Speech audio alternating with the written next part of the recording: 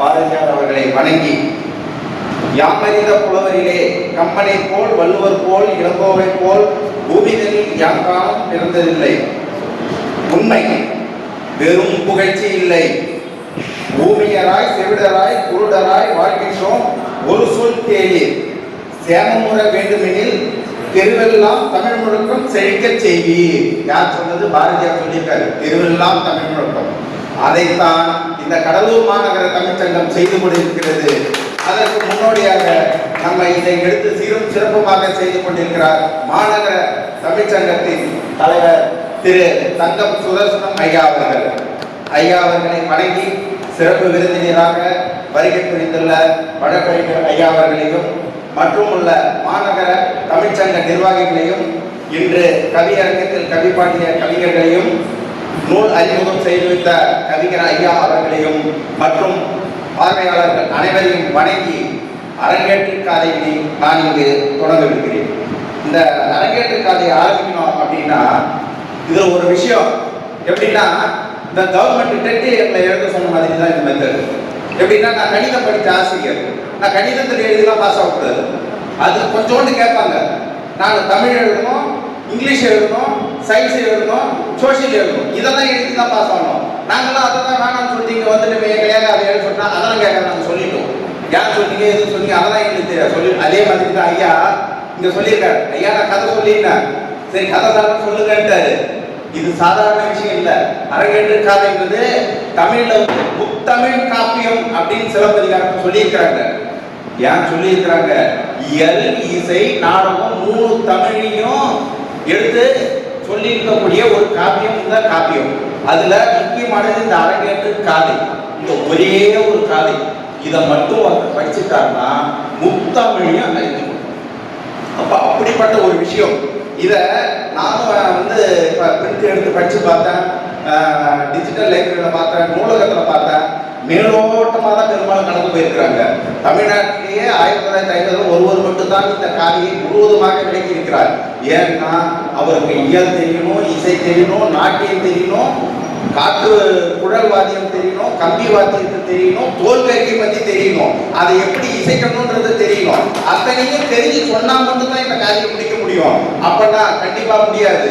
இப்போ வடிவேல் ஒரு படத்துல சொல்லுவாரு, அப்படியே அந்த பெரிய அந்த வட்டமா இருக்கிற தோசைகள்ல ஒரு கொஞ்சோண்டு தண்ணி தெளிச்சு அதுக்குன்னே வச்சிருக்கிற விளக்கு மேல எடுத்து வளர்க்கு வளர்க்கு வளர்க்கு வளர்க்குன்னு தேய்ச்சி அப்புறம் அப்படியே அப்படியே அப்படியே எண்ணெய் தடவி அதுல ஒரு கரண்டி எடுத்து சின்னதாகவும் இல்லாம பெருசாகவும் இல்லாம ஒரு ரவுண்டை போட்டு அதுல கொஞ்சோண்டு வந்து அப்படியே வெங்காயத்தை போட்டு கேரட்டை போட்டு அப்படியே ஒரு பொடியை தூவி ஒரு 8 கரண்டி நெய்யை உள்ள ஊத்தி 14 கரண்டி நெய்யை வெளியில ஊத்தி அப்படி ஒரு புரட்டு இப்படி ஒரு புரட்டு போட்டீங்கன்னா ஒரு தோசை பண்ணுவாப்பாரு.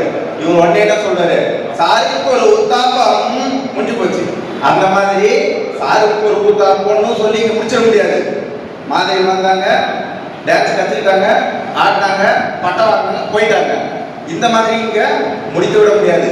அதற்காக முழுவதுமாக இதை சொல்வதற்கு நான் இசை வல்லவனும் இல்லை, குழல் வல்லவனும் இல்லை. ஏன்னா குழல் வல்லவன் தம்பி ஒருத்தர் இருக்கிறாரு, அவர் டெக்னிக்கலா அவருக்கு தெரியும், நான் இல்லை. தெரியுதுங்களா? இப்ப இந்த படம் பார்த்திருப்பீங்க, சலங்கை ஒளி படம் பார்த்திருப்பீங்க. ஒரு அரங்கேற்ற நிகழ்ச்சி நடக்கும். அதுல ஒரு அம்மா வந்து இந்த பஞ்சபுதங்களுக்கு இந்த பேய் மாதிரி சொல்லுவாங்க, பிணையல் அந்த இருக்கையை வச்சு செய்ய காமிச்சுடுவாங்க. அதை அவர் மட்டும் விமர்சிச்சு எழுதியிருப்பாரு. மற்ற எல்லாருமே நல்லா நடந்தது நாட்டிடுவாங்க.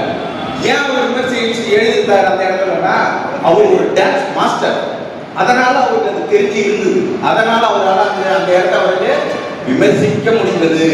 அதனால தொழில் தெரிந்தவர்களால் தான் அதை நுணுக்கமாக விமர்சிக்க முடியும். அப்ப நமக்கு என்னன்னா இது அத்தனையும் தெரிஞ்சுக்கணும். அதனால என்னால் இயன்றவரை, எனக்கு கற்றுக்கொண்டவரை உங்களுக்கு நான் இந்த அரங்கேற்று காதையை இங்கே சொல்லி முடிக்கிறேன். அதாவது இந்த காதை ரொம்ப ரொம்ப முக்கியம். யார் எடுக்கணும் கேட்கணும்னா, இந்த டிஜிட்டல் கண்டென்ட் கிரியேட்டர்ஸ் இன்னைக்கு நிறைய பேர் உருவாக்கி இருக்கிறீங்க, அவங்க எல்லாருமே இது கேட்கணும். ஏன்னா இதுல ஸ்டோரி இருக்கு, ஸ்கிரீன் பிளே இருக்கு, டைலாக் இருக்கு, டைரக்ஷன் இருக்கு, அத்தனையும் ஒரே இடத்துல இருக்கு. அதாவது ஒரு 20-30 ஆண்டுகளாக தான் இதை எல்லாத்தையுமே வந்து எடுத்துக்கிறாங்க ஒரு டைரக்டர். அதுக்கு முன்னாடி ஸ்டோரியை தனியாக ஒருத்தர் எழுதுவாரு, வசனத்தை தனியாக ஒருத்தர் எழுதுவாரு, திரைக்கதையை வந்து ஒருத்தர் தனியாக பார்த்துப்பாரு, சில பேர் திரைக்கதை வசனம் சேர்ந்து பார்த்துக்குவாங்க. முத்தமிழ் டாக்டர் கலைக்கிற மாதிரி திரைக்கதை வசனத்தை சேர்ந்து பார்த்துக்குவாங்க. டைரக்ஷன் ஒருத்தர் தனியாக தான் பார்ப்பாங்க. ஆனால் இன்னைக்கு தான் எல்லாத்தையுமே ஒருத்தரே எடுத்து சில சமயத்தில் கதையை திருடிக்கிட்டாருன்னு சொல்றாங்க. ஆனால் இங்கே அத்தனையும் 2000 ஆண்டுகளுக்கு முன்னாடியே இளங்கோவடிகள் அவர்கள் செய்திருக்கிறார்.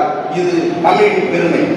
இப்ப முதல் பாடல் எப்படி ஆரம்பிக்கும்னா, தெய்வ மால்வரை திருமுனி அருளா எய்திய சாபத்து இந்திர சிறுவனோடு தலைக்கோல் தானத்து சாபம் நீங்கிய மலைப்பு அருந்திறப்பின் வானவர் மகளிர் சிறப்பிற்குன்றா செய்கையோடு பொருந்திய பிறப்பிற்குன்றா பெருந்தோள் மடந்தை தாது அவிழ் குறிக்குழல் மாதவி தன்னை ஆடலும் பாடலும் அழகும் என்று இக்கூறிய மூன்றின் ஒன்று குறைபடாமல் 7 ஆண்டு இயற்றி ஓர் ஈராண்டில் சூழ்கடல் மன்னருக்கு காட்டல் வேண்டி.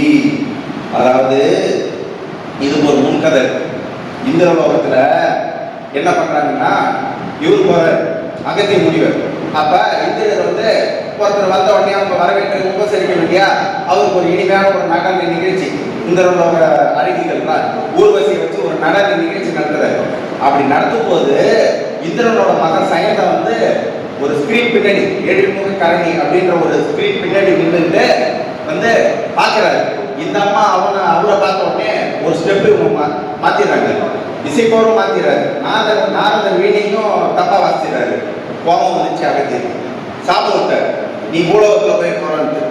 உடனே என்னன்னா, அந்த ஊர்வசி இருக்கிறாங்க இல்லையா, அவங்க இந்த பூலோகத்துல பிறக்கிறாங்க, மாதவியா பிறக்கிறாங்க. இந்த சயந்தன் அவர் மூங்கிலாக இருக்கிறாரு. அவங்க மறுபடியும் 7 ஆண்டுகள் நாட்டிய முறைப்படி கத்துக்கிறாங்க. கத்துக்கிட்டு இந்த இடத்துல ஆடுறாங்க. ஆடி தலைக்கோள்னா கிராண்ட் மாஸ்டர் அப்படின்னு சொல்லுவோம் இல்லைங்களா, மாஸ்டர் பட்டம் பெறாங்க. அப்ப அந்த சாபம் நீங்கிடுது, ஃபுல்லா ஃபர்ஸ்ட்ல இருந்து கத்துக்கிறதுனால சொல்றாங்க. அப்படி இல்லை, அவர்கள் அந்த ஊர்வசி இந்த பூங்காரில் தான் பிறந்தாங்க. அந்த மரபில் வந்தவங்க தான் மாதவி அப்படி என்று சிலர் உரை கூறுகிறார்கள். அந்த மரபில் வந்தவங்க அவங்க ஊர்வசியே தான் மாதவி, ஆனா மரபில் வந்தவங்க இவங்க கணிகையர் குலத்தை சார்ந்தவர்கள் அப்படின்னு சொல்றாரு. இவங்க தலைக்கோள் தானம் பெறாங்க. இந்த ஆட்டத்தை இது பண்ணி இவங்க எப்படி அதை கத்துக்கிறாங்கன்னா, 5 வயதிலிருந்து 7 வருஷம் கத்துக்கிறாங்க. இந்த டான்ஸை மாஸ்டர் கிட்ட எத்தனை வருஷம் கத்துக்கிறாங்க? 7 வருஷம் கத்துக்கிட்டு 12ஆவது வயதில் இந்த ஆடல் நிகழ்ச்சியை அரங்கேற்றம் செய்கிறார்கள். என்னென்ன கத்துக்கிறாங்க பாருங்க. அவங்க ஆடலும் பாடலும் அழகும். டான்ஸு, பாட்டு, அழகுன்னா ஒப்பனை, மேக்கப். இப்ப மேக்கப்னு சொல்லும் போது பாத்தீங்கன்னா தமிழ் சினிமாவில் கமலஹாசன் சொல்லுவோம். ஆனா அவர் வேற ஒருத்தர் சொல்லுவாரு, அவ்வை சண்முகமையா அவர் சொல்லுவாரு. அவர் எப்படி மேக்கப் போடுவாரா, பல்ல குடிக்கிறார் அவையார் வருஷப்படுறதுக்காக கையில சின்ன சின்ன கோடு சுருக்கங்களை வரைவு வரான். இது முதல் 2 வருஷம் 3 வருஷம் தாண்டவங்களுக்கு தெரியாது. கேட்பாராம், ஏங்க இப்படி சுருக்கம் வரையிங்க, பின்னாடி இருக்கிறவங்களுக்கு தெரிய போகுது கிடையாது. அவன் காசு கொடுத்து என் கலையை நம்பி வராம நான் ஏமாக்க கூடாது.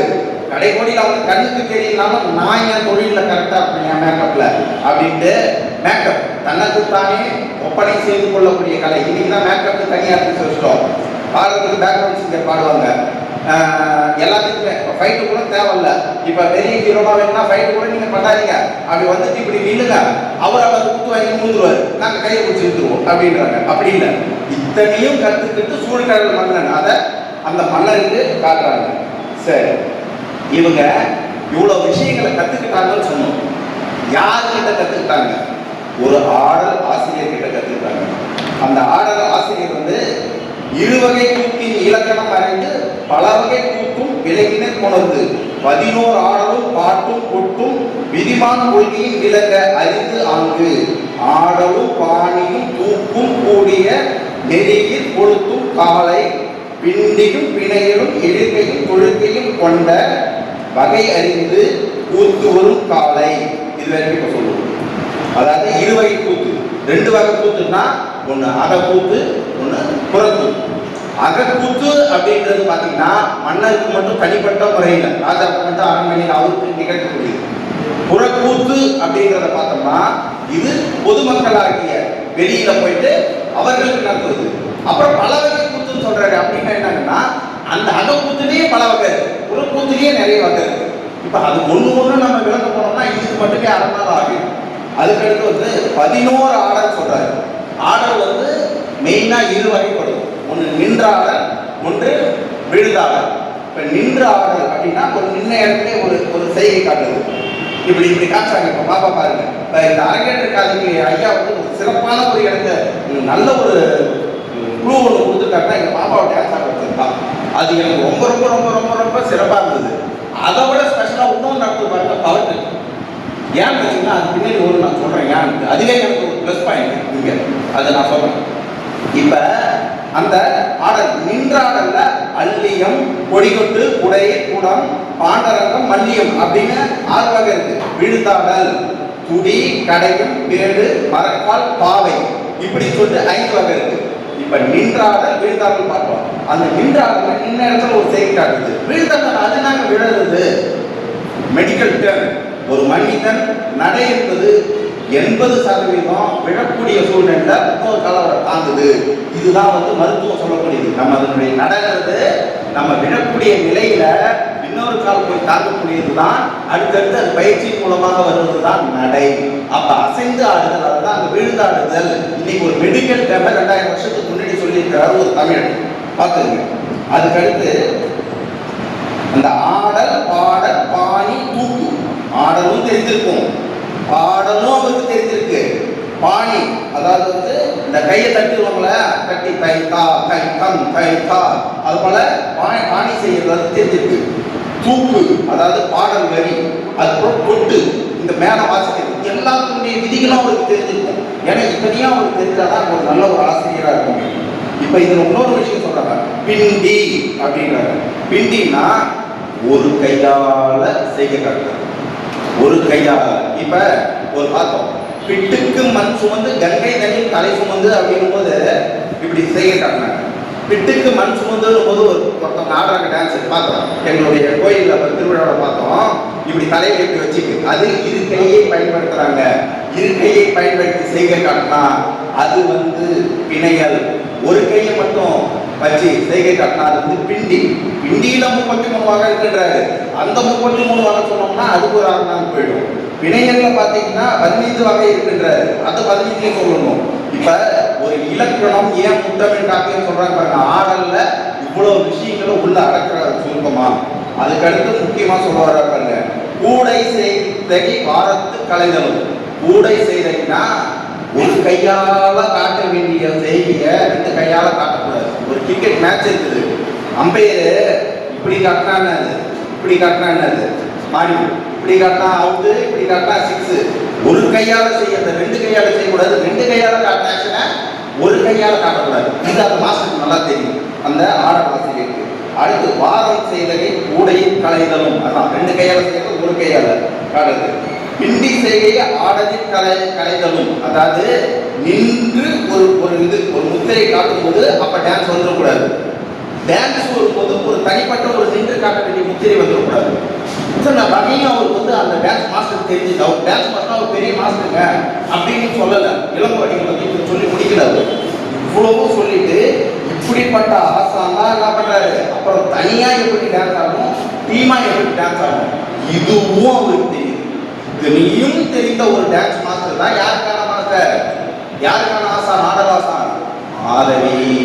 மாதவி இப்படிப்பட்ட ஒரு ஆடல் ஆசான் கிட்ட தான் 7 ஆண்டுகள் நாட்டியம் பயிர்றாங்க. அடுத்து பாருங்க, இசையும் மியூசிக் மாஸ்டர் இசை வல்லோ அவர்கள் எப்படி இருக்காங்கன்னா, யாரும் குழலும் சீரும் மிடரும், அதாவது வந்து யாழிசை, குழலிசை, கம்பி வாத்தியம், கருவி இது தோல் வாத்தியம், இந்த வாத்தியங்களை தெரிஞ்சிருக்கணும். இது மட்டும் இல்ல, இதுல இன்னொரு முக்கியமா சொல்றாரு, தேசிய திருவி ஓசை கடைபிடித்து. பக்கத்து தேசங்கள்லாம் என்னென்ன வந்து வாத்தியம் இருக்கோ அவங்க எப்படிலாம் வாத்தியம் வச்சிருக்காங்களோ அதையும் தெரிஞ்சிருக்கணும். இப்ப ஒரு இசைக்கலைஞருக்கு அவருக்கு மட்டும் தெரிஞ்சில்ல, பக்கத்துல எப்படி பண்றாங்க, அடுத்த தேசத்துல எப்படி பண்றாங்க, அந்தனுடைய இதுவும் தெரிஞ்சிருக்கணும். அப்புறம் விரிவாகவும் வாசிக்க தெரியணும், சுருக்கமாகவும் வாசிக்க தெரியணும், வாசை மிகுபடாமல் இருக்கணும் பாடலுக்கு.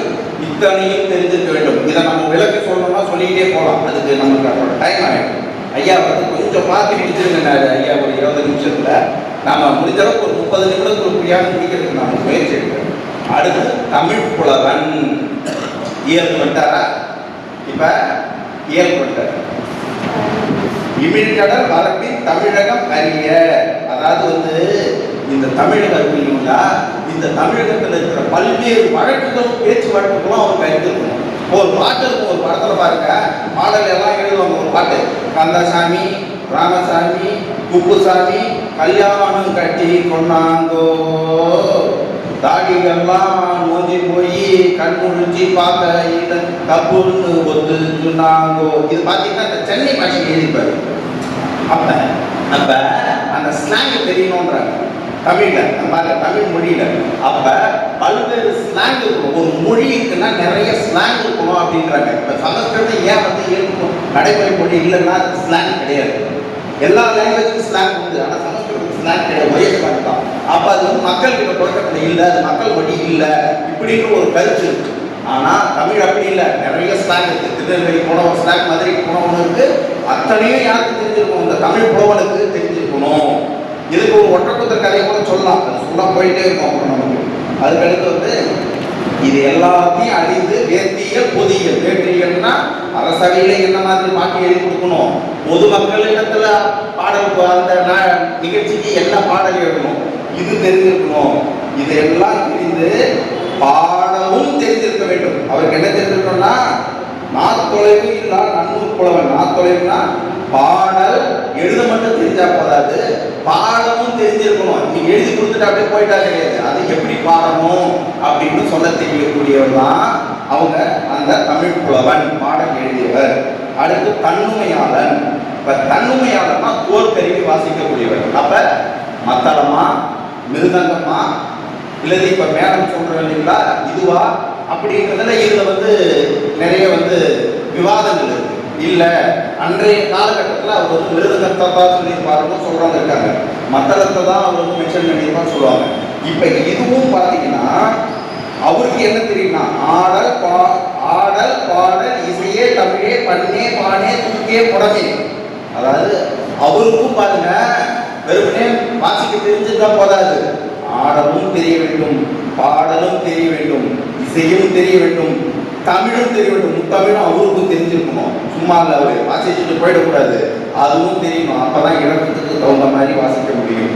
அதுக்கடுத்து வந்து இங்கேயும் சொல்றாரு, ஒரு கையால வாசிக்கக்கூடியது, இரண்டு கைகளால் வாசிக்கக்கூடியது. எது ஒரு கை, எது இரண்டு கையால் வாசிக்கக்கூடியது. இந்த நடன அங்கீகள் நிற்கும் பொழுது அப்ப எப்படி வாசிக்கணும், நம்ம வாசிப்பை எப்படி இருக்கும். அப்புறம் வந்து அதிகமாகவும் போயிடக்கூடாது, வேகமாகவும் வந்துடக்கூடாது. இன்னைக்கு சில பாடல்கள், திரை பாடல்களை பார்க்குறோம், பார்த்தோம்னா பார்த்துட்டு கேட்டுட்டு அந்த பாட்டு முடிச்சு என்ன பாட்டுன்னா டும் டும் டும் டம் டும் டும் டும் டம் டும் டம் என்ன பாட்டு வந்ததுங்க தெரியாதுங்க. ஏன்னா ஒரு துள்ளலிசை பாடல் யாரும் பாட்டது இல்லையா, ஒரு பாடல் எழுதுறாங்க, கண்ணும் நோக்கியான ஒரு பாடல், ஒரு துள்ளல் பாடல் தான். ஆனால் வரி ரொம்ப தெளிவாக புரியுது. வரிக்கு தான் இசை, இசைக்காக வரி இல்லை என்றுமே, இசைக்காக வரி இல்லை. அப்ப துள்ளல் இசை பாடல நம்ம பாடும்போதுமா அந்த வரியை வந்து இருக்கக்கூடாது, அந்த வாக்கு புரியாத அளவுக்கு வாசிக்கக்கூடாது. அதை தெரிந்திருக்கக்கூடியவர் தான் அந்த தன்மையானக்கூடிய இந்த மத்தளம் வாசிக்கக்கூடியவர். அதுக்கடுத்து வந்து குழலும் கம்பி இருக்கிற குழலும். இங்க பாத்தீங்கன்னா இந்த மேடையே எனக்கு எத்தனை பாயிண்ட் எடுத்து கொடுக்குது. அந்த குழல் வந்து பாருங்க, அந்த குழல் இசையில ஒரு சிறப்பு சொல்றாங்க. இங்க வந்து குழல்ல பாத்தீங்கன்னா வல்லினம் இசையும் கிடையாது, வெள்ளினம் வலித்து அந்த கிடையாது, அதையும் மெல்லியதா ஆக்கிடும், மெல்லியதா வாசியாக்கிடுவோம். இடையினம் இசையும் கிடையாது, அதையும் அதை நம்ம வந்து மெல்லியதா வாசிக்கலாம். அதனால அது வந்து மெல்லிய ஓசையோட வரக்கூடியதா தான் அந்த குழல் ஓசை இருக்க வேண்டும் அப்படின்னு தமிழ் இலக்கணத்துல இருக்கு அப்படின்னு இளங்கோவடிகள் இங்கே எழுதியிருக்கிறார். அந்த குழல், அந்த குழலை அந்த விரல் அசைவது இல்லைங்களா, அதை இந்த சுட்டு விரல் சுண்டி விரல் வரையா சுட்டா அதற்கு ஒரு பெயர், சுட்டு விரல் சுட்டு விரல் இதுக்கு ஒரு பெயர், இப்படி வச்சிருக்கிறார். இவர் வந்து இந்த பாடல் பாடக்கூடிய பாடகனுடையதை வந்து அவருக்கு நல்லா தெரிஞ்சிருக்கணும், தன்னுமையானதையும் தெரிஞ்சிருக்கணும், இசை பாடலையும் தெரிஞ்சிருக்கணும், பாடல் வரியும் தெரிஞ்சிருக்கணும். இதுல ரொம்ப குறிப்பிடக்கூடிய ஒரு இடம் இருக்குது குழலனுக்கு. இது ரொம்ப ரொம்ப முக்கியம், வாழ்க்கைக்கே ரொம்ப ரொம்ப முக்கியம். வந்தது வளர்த்து வருவது ஒட்டி, என்ன வார்த்தை வந்ததோ அந்த வார்த்தைக்கு வளர்த்து அடுத்து என்ன வார்த்தை வரப்போதோ அதை ஒட்டி அந்த குழலுக்கு இசை என்ன பண்ணணும், போகணும். இப்போ ஒரு படம் பாருங்க, இந்தியன் படத்துல அந்த தாத்தா வந்து அரெஸ்ட் பண்ண வருவார், ஒரு வேட்டி சட்டை மொட்டியில் போலீஸ்காரர். அவர் அடித்த உடனே அந்த பாட்டி என்ன பண்ணுவாங்க, போயிட்டு உடனே ட்ரெஸ் பேக் பண்ணுவாங்க. ஏன்னா ஏதோ ஒன்றும் பண்ணிட்டான், அடுத்து ஊர் விட்டு ஓட போகிறான், வந்தது வந்து போச்சு, இது அடுத்து இதான் வரும். அந்த அம்மாவுக்கு தெரிஞ்சு இப்படி தான் குடும்பம் நடத்தணும். வருமானமும் அதே தான், இவ்வளோதான் வந்துருக்குது, இவ்வளோதான் என்ன பண்ணோம், வரப்போது அடுத்தது, அப்படிதான் நம்ம குடும்பம் நடத்தணும். இதையெல்லாம் யாருக்கு தெரிஞ்சிருக்குன்னா அந்த குழலோருக்கு தெரிஞ்சிருக்கணும் அப்படின்றாங்க. அடுத்து யாழிசை புலவர், இது ரொம்ப ஒரு சிக்கலான ஒரு இடம். ஏன்னா யாழிசை புலவர் வந்து விளக்குறதுக்கு வந்து நிறைய பேர் தயங்கக்கூடிய காரணம், கம்பி கருவிகளில் யாழ் கருவிகளில் பல்வேறு வகையான குறிஞ்சி யாழ், மலை யாழ், பாலை யாழ் அப்படின்னு யாழ் கருவிகள் இருக்கு. இன்னைக்கு அது பயன்பாட்டிலே இல்லை. அதனால அந்த விஷயமே இல்லை. அதை ஆராய்ச்சி பண்ண பிஹெச்டி பண்ண எல்லாருமே யாராவது இருந்தா அவங்க தான் இதை வந்து மட்டுமே தான் விளக்க முடியும். இல்லை இந்த கம்பிக்கறி வாசிக்கக்கூடியவங்க, அதை வெளியில கம்பி ஓசை கொடுக்குறது, கடினமான ஓசை கொடுக்கக்கூடிய கம்பி, இதெல்லாம் எப்படி வரிசையா வாசிக்கணும், இது தெரிந்தவர்களால் மட்டும்தான், இசை வல்லவனால் மட்டும்தான் சொல்லிட முடியும். இதை நாம இங்க சொல்லி நாம பிழையை ஏற்படுத்த கூடாது. அதனால இவரும் அனைத்தும் அறிந்தவராக, அனைத்து போல தாளத்தை எடுத்துக்கணும், இவருக்கும் பாடலை எடுத்துக்கணும், இவருக்கும் வந்து நாடகம் அறிந்திருக்கணும், அனைத்தும் அறிந்து வாசிக்கக்கூடிய ஒரு திறமையோடு இருக்கக்கூடிய ஒரு யாழிசை புலவர். இப்ப இதெல்லாம் சொல்லி முடிச்சிட்டார் இவங்க எல்லாரையும். இப்ப நாட்டிய அரங்கு ரொம்ப முக்கியமான ஸ்டேஜ். இங்க இருக்குங்களா ஸ்டேஜ், இத சொல்றாங்க பாருங்க. எண்ணிய நூலோர் இயல்பினி வழாது மன்னகம் ஒரு வழி வகுத்தன கொண்டு பொன்னிய நெடுவரை போகிய நெடுங்கடை கண்ணீரை ஒரு சான் வளர்ந்தது கொண்டு நூல்நெறி மரபின் அரங்கம் அளக்கும் கோல் அளவு 24 விரல் ஆக 7 கோல் அகலத்து 8 கோல் நீளத்து 1 கோல் உயரத்து ஒரு பிணதாகி உத்தர பலகையோடு அரங்கின் பலகை வைத்த இடைநிறம் 4 கோல் ஆக ஏற்ற வாயில் 2 ஒளிய தோற்றிய அரங்கில் தொழுதனர் ஏற்ற ஊதரை எழுதி மேல்நிலை வைத்து தூண்நிழல் புறப்பட மான்விளக்கு எடுத்து ஆங்கு ஒருமுக எழுதியும் ஒருமுக எழுதியும் கறந்து வர எழுதியும் புரிந்துடன் வகுத்து ஆங்கு ஓவிய விதானத்துறை பெருநிலத்து மாலை தாமம் வளையுடன் நாட்டி விருதுபட கிடந்த அருந்தொழில் அரங்கத்து. அரங்கு எப்படி இருக்குன்னா, நூலோ தொகுத்த மரபு எப்படி இருக்கணும்னா, இந்த மண்ணு இருக்குல்ல, செலக்ட் பண்ணக்கூடிய மண்ணு, அது வந்து மண்ணு தன்மை அப்படின்னு சொல்றோம். நம்ம சாயில் டெஸ்ட் எடுத்தா பில்டிங் கட்டணும், யூராமா சொல்றாரு. சாயில் டெஸ்ட் எடுத்துக்கிட்ட தான் அந்த இடத்துல என்ன பண்ணணும், அந்த மண் வகையை தெரிஞ்சு தான் ஸ்டேஜ் போடணும். அந்த ஸ்டேஜ் போடக்கூடியதுக்கு மூங்கி எடுத்து போடணும். கழி எப்படி எடுத்துட்டோம்னா, நல்ல உயரமான பொதிய மலை மாதிரி பெரிய மலையில போயிட்டு அதோட கணு பார்த்தீங்கன்னா ஒரு சான் அளவு தான் இருக்கும். ஏன்னா 1 மணி அளவு கணு கூட இருக்கும். கணு நீட்டா போனால் ஸ்ட்ரென்த்து குறைஞ்சிடும். கணு வந்து 1 ஜான் அளவு தான் இருக்கணும். அப்ப 1 ஜான் அளவுக்கூடிய கணு வளர்ந்துருக்கக்கூடிய அந்த மூங்கிலெல்லாம் வெட்டி எடுத்துக்கொண்டு வந்து அதுக்கப்புறம் வந்து அளவு சொல்றாரு, கட்டை விரல் அளவு. இந்த கட்டை விரல் அளவு 24 கட்டை விரல் அளந்தால் 1 கோல். என்ன சொல்றாரு, 1 கோல். அப்ப அந்த 1 கோல்ல 7 கோல் அகலம் 8 கோல் நீளம். இப்ப இந்த பாப்பா பார்த்தீங்கன்னா ஒரு பாயிண்ட் நான் நல்லா கவனிச்சேன். டான்ஸ் ஆடும்போது பின்னாடி பாப்பா கிழிச்சு நிறைய டைம். அப்ப அவங்களுக்கு அந்த ஸ்டேஜ் எப்படி இல்லைன்னா, இது வந்து ஸ்டேஜ் கரெக்டா இல்லை. அப்ப அவங்க ஸ்டேஜ் என்ன சைஸ்ல இருக்குன்னா 7க்கு 8 சைஸ்ல இருக்கணுமா கண்டிப்பா. அது 7க்கு 8னா அடி கணக்குல சொல்றாரு, கோல் கணக்குல சொல்றாரு. அவர் சொல்லக்கூடிய கோல் கணக்கு கிட்டத்தட்ட 2 அடியாக இருக்கலாம். அப்பா கஜம் கஜம் கஜத்துல இருக்கலாம், கோல்னா கஜம் கஜம். அப்ப இப்படி வந்து அமைந்திருக்கணும். அது 1 கோல் உயரம் இருக்கணும் இப்படி சொல்றாரு. அதுல உத்தர பலகை போட்டு, அப்படி மட்டும் இல்ல, வாயில் 2 இன்னைக்கு சொல்றாங்க. ஒரு மட்டாக்கரை வைக்கணும் 2 வழி இருக்கும், ஏற ஒரு வழி, இறங்க ஒரு வழி சொல்றாங்க. அந்த ஸ்டேஜுக்கு 2 வழி, இந்த ஏறதுக்கு இறங்குறதுக்கு. கோர்ட்லாம் பார்த்தா 2 வழி வச்சிருப்பாங்க. எதுக்குன்னா, ஒன்று பப்ளிக் போகலாம், ஒன்று ஜட்ஜஸ் மட்டும் போகலாம். இந்த 2 வழியினுடைய பர்பஸ் இருக்கு. ஏற இறங்க, இல்லை இவர் வர அவர் வர, இது ஆளக்கூடியவங்க வர்றதுக்கு, மற்றவங்க பரிசு கொடுக்கக்கூடிய வர்றதுக்கு, இப்படியாக 2 வழிகள் அமைக்கணும். வழி வந்து 2 வழியே அமைக்கணும். அப்புறம் என்ன பண்ணணும்னா, பூதம் 5 பூதங்கள் வந்து படங்களை வந்து எல்லாம் வரைஞ்சி அந்த ஸ்கிரீன் வந்து வரைஞ்சி வச்சிருக்கணும். அதுக்கு அடுத்து இன்னொன்று பாருங்க, கரண்ட் போச்சு, லைட் கொடுத்தோம், பின்னாடி நேரில் அடிச்சது, இதெல்லாம் இருக்குதா? லைட் செட்டிங், ஒரு ஆப்ரேஷன் தியேட்டர்ல எப்படி லைட் செட்டிங் வச்சிருப்பாங்க, நிறைய சினிமாக்கள்ல பார்த்துருப்பீங்க, நிறைய வச்சிருப்பாங்க. 3 4 வச்சு ஒவ்வொன்றுக்குள்ளே 5 6 லைட் இருக்கும். ஏன்னா எந்த வகையிலையும் வந்து நிழல் கீழே விழுந்துடக்கூடாது. அப்ப லைட் செட்டிங் எப்படி பண்ணணும்ன்றத சொல்லியிருக்காரு. டெக்னிக், அந்த டெக்னிக் சொல்லியிருக்காரு. லைட் செட்டிங் எப்படி பண்ணா அந்த தூணோட நிழல் வந்து இங்க பற்றக்கூடாது, அந்த அளவுக்கு லைட் செட்டிங் பண்ணணும்ன்றாரு. அப்போ ஒரு டைரக்ஷனுக்கான ஒரு விஷயம் இது. ஒரு இன்னைக்கு சொல்ற நம்ம டெக்னாலஜி கண்டுபிடிச்சி எந்த பக்கமும் கிரிக்கெட் ஸ்டேடியத்தில் சொல்றாங்க 4 பக்கம் லைட்டு, ஏன்னா எந்த பக்கத்துல வந்து நம்ம கூடாது, ஒரு நிழலுக்கு இன்னொன்று மறைச்சல் கூடாது. அப்ப நிழல் இல்லாத ஒன்றும் அந்த லைட் செட்டிங் அமைக்கணுமா? அதோட விட்டாரா ஸ்டேஜினுடைய நேரம் விடாம இருக்கு இல்லையா, அங்கேயும் ஓவியங்கள்லாம் வரைஞ்சு அடைப்படுத்தி வச்சிருக்கணும் அப்படின்னு சொல்றாரு. அப்புறம் பூக்களால அலங்கரித்து இருக்கணும். இது இப்படி எல்லாம் இருக்கக்கூடியதுதான் அந்த மேடை. புரியுதுங்களா? மேடை போட்டாங்கன்னு சும்மா சொல்லல, சரிங்களா? எவ்வளோ ஒரு நுணுக்கமா வந்து சொல்றாங்க பாருங்க, நம்ம தமிழ்ல சொல்லியிருக்காங்க. அப்ப இவ்வளோ நுணுக்கமாக இவ்வளோ கலைகளை கற்றுனா அவங்க எவ்வளவு வருஷத்துக்கு முன்னாடியில இருந்து ஆரம்பிச்சிருப்பாங்க பாருங்க இந்த ஒரு வேலையை. தமிழ்ல 2000 வருஷத்துக்கு முன்னாடி இவ்வளவு நுணுக்கங்களை சொல்லக்கூடா, எத்தனாயிரம் வருஷத்துக்கு முன்னாடி இதை கற்றுக்க ஆரம்பிச்சிருப்பாங்க தமிழர்கள். இப்ப எவ்வளவு பழமையானது இந்த நாகரிகம். இதுல நம்ம இதை தெரிஞ்சுக்கணும். அதுதான் முத்தமிழ் காப்பியத்துல சிலப்பதிகாரத்தில் முக்கியமா இதை தெரிந்து கொள்ள வேண்டும். தலைக்கோல் வைத்தல் முக்கியமானது. தலைக்கோல், அந்த பரிசு தரக்கூடிய தலைக்கோல் அப்படின்ற ஒரு பரிசு, அதான் கிராண்ட் மாஸ்டர் அப்படின்ற மாதிரி ஒரு பரிசு. அந்த பரிசு எப்படி தரணும் அப்படின்னா, இந்த ஒலிம்பிக் ஜோதியை பார்ப்பீங்க, ஒவ்வொரு நாளா சுற்றி வரும். ஒவ்வொரு நாளா சுற்றி வந்ததுக்கு அப்புறம் அந்த ஜோதி என்ன பண்ணுவாங்க, கடைசியா ஒரு சிறந்த விளையாட்டு வீரர் வச்சு கடைசியா ஏற்க வைப்பாங்க அந்த ஜோதியை. அவர் ஏற்கக்கூடியவர் யாரா இருப்பாங்க? கண்டிப்பாக ஒரு விளையாட்டு வீரராக இருக்கும். விளையாட்டு வீரர் ஒரு தலை சிறந்த வீரராக இருப்பாங்க. நிறைய மெடல் இருப்பாரு. சும்மா அமைச்சர் கூட்டம், பணக்கார கூட்டம் அப்படிலாம் கிடையாது. இப்படி ஏற்க வைப்பாங்க. இப்ப இந்த தலைக்கோள் எப்படிப்பட்ட தலைக்கோள்னா, அந்த எதிரி நாட்டு மன்னரோட சண்டை நடக்கும்போது அந்த மன்னர் ஓடறையில போது, அப்ப அவருக்கு வெண் குடை இல்ல கூட, அதுக்கு வந்து கைப்பிடி வந்து தன்னத்தால செஞ்சிருப்பாங்களாம். அவர் தோப்பு போடும்போது அந்த படையை போட்டு போடுவாரா, அந்த கைப்பிடி எடுத்துன்னு வந்துடணுமா.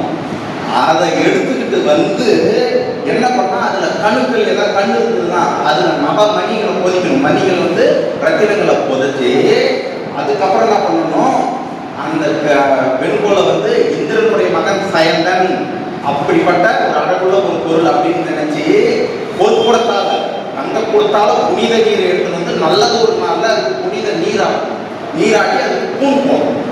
பூன் போடுறதுன்றது தெரியும். இந்த வாக்கிங் ஸ்டிக் அந்த காலத்துல சொல்லுவாங்க, வாங்கும் போதே முதல்ல பூன் போடணும்னுவாங்க. இல்லைன்னா அது என்ன ஆயிடும், அடியில் வந்து ஒரு இரும்பு வச்சு அடிச்சு பூன் போடுவாங்க, இல்லைன்னா அது தெரிஞ்சுக்கும். அப்ப ஒரு நல்லது ஒரு நாள்ல ஒரு நல்ல நாளா பார்த்து செய்யணும். செஞ்சா அதை எப்படி எடுக்கணும்னா, பட்டத்து யானை மேல் அதை எடுத்துட்டு வரும்போது பட்டத்து யானை மேல எடுத்துட்டு வரணும். அந்த அரச பட்டத்து யானை மேல ஊர்வலமா எடுத்துட்டு வரும். எப்படி இசைப்பட நல்லா மேல வாக்கியத்தோட ஊர் ஃபுல்லா ஊர்வலமா எடுத்துட்டு வந்து அந்த யானை யார் கிட்ட கொடுக்குமா, கவிஞன் கிட்ட கொடுக்குமா. அங்க பாருங்க, அரசன் கிட்ட கொடுக்கல, யார்கிட்ட கொடுக்குது, படித்த பண்டிதன் கிட்ட கையில கொடுக்குது.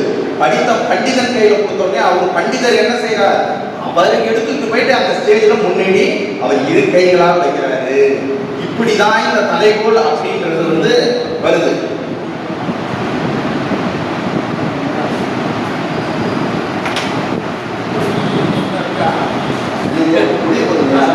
பெரிய காலேஜ் கிட்டத்தட்ட வந்து முடிச்சு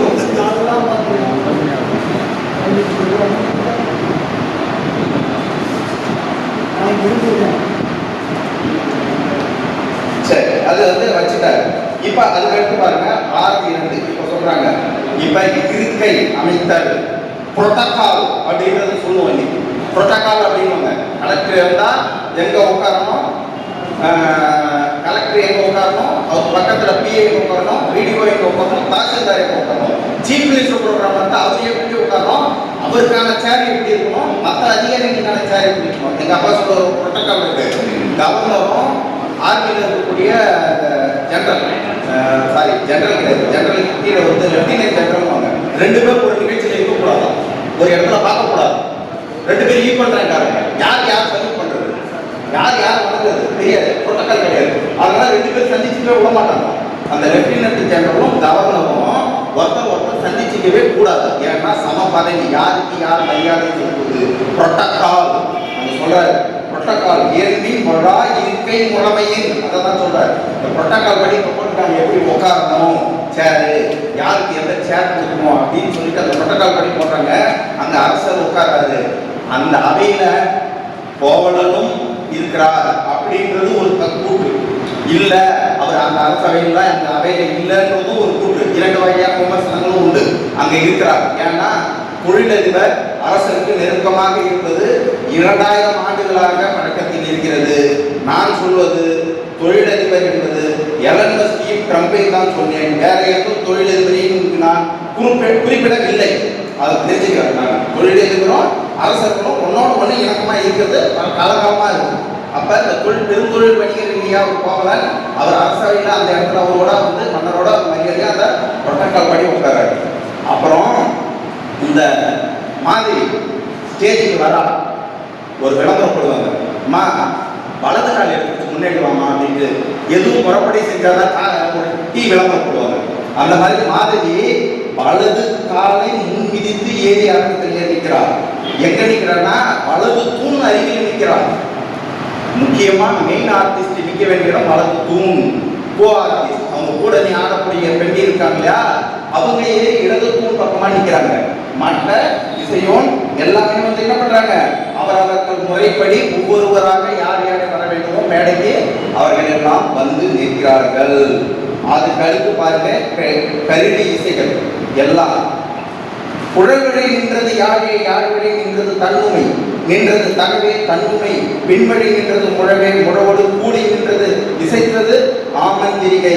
அதாவது குழல் வழி அமைந்தது யாழிசை, அந்த குழல் ஒற்றி, அதை ஒற்றி அந்த தன்னுமை தோல்வாக்கி மிருதம், அதை ஒற்றி முழவு, அதை ஒற்றி ஆமந்திரிகை. இப்படி ஒன்று பேஸ் பண்ணி அந்த வாசிப்பு நடக்க ஆரம்பிக்குது. அந்த வாசிப்பு ஒன்று அவங்க என்ன பண்றாங்க, இசையை வாசிக்க ஆரம்பிக்கிறாங்க. அடுத்த ஆடல் நிகழ்ச்சி நடக்குது. கிட்டத்தட்ட ஒரு நம்ம முடிவுக்கு வந்துருக்கோம். இந்த ஆடல் நிகழ்ச்சி நடக்கும்போது அவங்க இந்த ஏற்கனவே இந்த சொல்லியிருக்கக்கூடிய அந்த விதிமுறைப்படி அந்த ஆடல் நிகழ்ச்சியை எந்தவித குற்றமும் இன்றி எந்தவித பிழையும் இன்றி அந்த பூங்கொடி யாரு மாதவி அந்த சிறுமி அந்த ஆடல் நிகழ்ச்சியை நிகழ்த்துறா. இதை நம்ம சுருக்கமாக முடிச்சுப்போம். இன்னும் போகும் இந்த ஆடல் நிகழ்ச்சி விளக்கணும்னா. இப்ப பாராட்டு பெறுதல். இப்ப ஆடல் நிகழ்ச்சி முடிஞ்சிச்சு, மன்னர் பாராட்டணும். மன்னர் வந்து பாராட்டுறதுக்குன்னு ஒரு முறை இருக்கு அப்படின்றாங்க. எல்லாத்துக்கும் ஒரு வரமுறை இருக்குன்றாங்க தமிழகத்துல. முறைப்படி செஞ்சாதான் அது தமிழ்நாடு. மறுபடியும் சொல்றோம், முறைப்படி செஞ்சாதான் அது தமிழ்நாடு. அதுக்கும் ஒரு முறை இருக்கு. அப்ப அவரும் வந்து பாத்தீங்கன்னா அந்த அதோட இயல்பு, அந்த பார்க்கக்கூடிய இயல்புல வந்து வடுவாது குற்றம் இல்லாம அந்த தலைமுறை எடுத்து கொடுத்துட்டு 1000 கழிஞ்சு பொன், அதாவது கிட்டத்தட்ட 1.25 பவுன் அளவு கிலோ அளவுக்கு தங்கம் மதிப்புள்ள தங்கத்தை வந்து பைசா தர்றாரு அவளுக்கு. இப்படி பைசா தந்ததுக்கப்புறம் பச்சை மணி மாலை, அதுல ஒரு 1008 அதுல மணிகள் இருக்கு. அப்ப சொல்றாரு 100 பத்து 8 அடிக்கு அப்படின்ட்டு. அடுத்து பாருங்க 100 பத்து 8 அடிக்கு. நல்லா பாருங்க, இது நம்ம இன்னைக்கு என்ன சொல்றோம்னா மேற்கத்திய எண்முறைன்னு சொல்றது. 100 பத்து மெத்தட்லாம் பாத்தீங்கன்னா கிழக்கத்திய எண்முறைன்னு சொல்ல மாட்டோம். இந்த கணிதாசிரியர்களுக்கு தெரியும், நான் கணித படிக்கிறது மேற்கத்திய முறைன்னு சொல்லுவோம். இப்ப மேற்கத்திய முறையில கிழக்கத்திலேயும் இந்த பழக்கம் இருக்கு, இந்த மெத்தட் இருக்கு. இப்ப நம்ம சொல்லுவோம் 100 பத்து அடிக்கு 8 கடை நிறுத்த 8 மிச்ச சொச்சனிக்க அந்த அளவுக்கு இருக்கக்கூடிய பச்சை மணி மாலைய பைசா கொடுத்துட்டாரு இல்லையா. இப்ப மாதவி எந்த குலத்துல பிறந்தா, மாதவி பிறந்தது கணிகைய குலம், ஆடர் குலம். அது நம்ம ரொம்ப டீப்பா போகணும். ஆடர் குலத்துல பிறந்தவர் சித்ராபதி அவங்களுடைய தாயார். இவங்க வந்து பாத்தீங்கன்னா திருமணம் அவங்களுடைய வாழ்க்கை இதை பத்திலாம் நம்ம சிலரெல்லாம் கேள்விப்பட்டு போய்கிட்டா. கோயில் ஆடக்கூடியவர்கள் அவங்களுடைய வாழ்க்கை. நான் அப்படியெல்லாம் வாழ மாட்டேன், நான் உண்மையாக தான் வாழ்வேன். சோசியல் ரிஃபார்ம் சொல்றோம். பெரியார் சொன்னாரு, என்ன சொன்னாரு, சாமி முன்னாடி ஆடினா நல்லது அப்படின்னு சொன்னாங்க. அப்படியாப்பா, சாமி முன்னாடி ஆடக்கூடாது, ஆடினா நல்லது. ஆமாப்பா, நீ சொன்னது கரெக்டு தான். உங்க அம்மா ஆடவையே, உங்க அக்கா தங்கச்சி ஆடவையே, அவங்கெல்லாம் ஏன் ஊரில் இருக்கிற பொம்பளைங்களாம் கூப்பிடுறீங்க ஆடக்கூடாது, உங்க கூட்டத்தை கூப்பிடுமையா அப்படின்னாரு பெரியார். அந்த மாதிரி அந்த ரிஃபார்மை 2000 வருஷத்துக்கு முன்னாடி தமிழகம் எடுத்துருக்கு. ஒவ்வொரு காலகட்டத்திலும் தமிழகம் வந்து சோசியல் ரிஃபார்மை கையில் எடுத்துக்கக்கூடிய ஒரு தேசமாக இருக்கக்கூடியது தான் தமிழகம், தமிழ்நாடு. அப்ப 2000 வருஷத்துக்கு முன்னாடி இல்ல அந்த குலம் இழி குலம் இல்ல, அது நல்ல குலம், அதை பார்க்கணும் அப்படின்னு சமணர்கள் முயற்சி செய்யறாங்க. நிறைய விஷயத்தை முயற்சி செய்யறாங்க. சிலர் படிக்க கூடாதுன்னாங்க. சமணர்கள் என்ன சொல்றாங்க,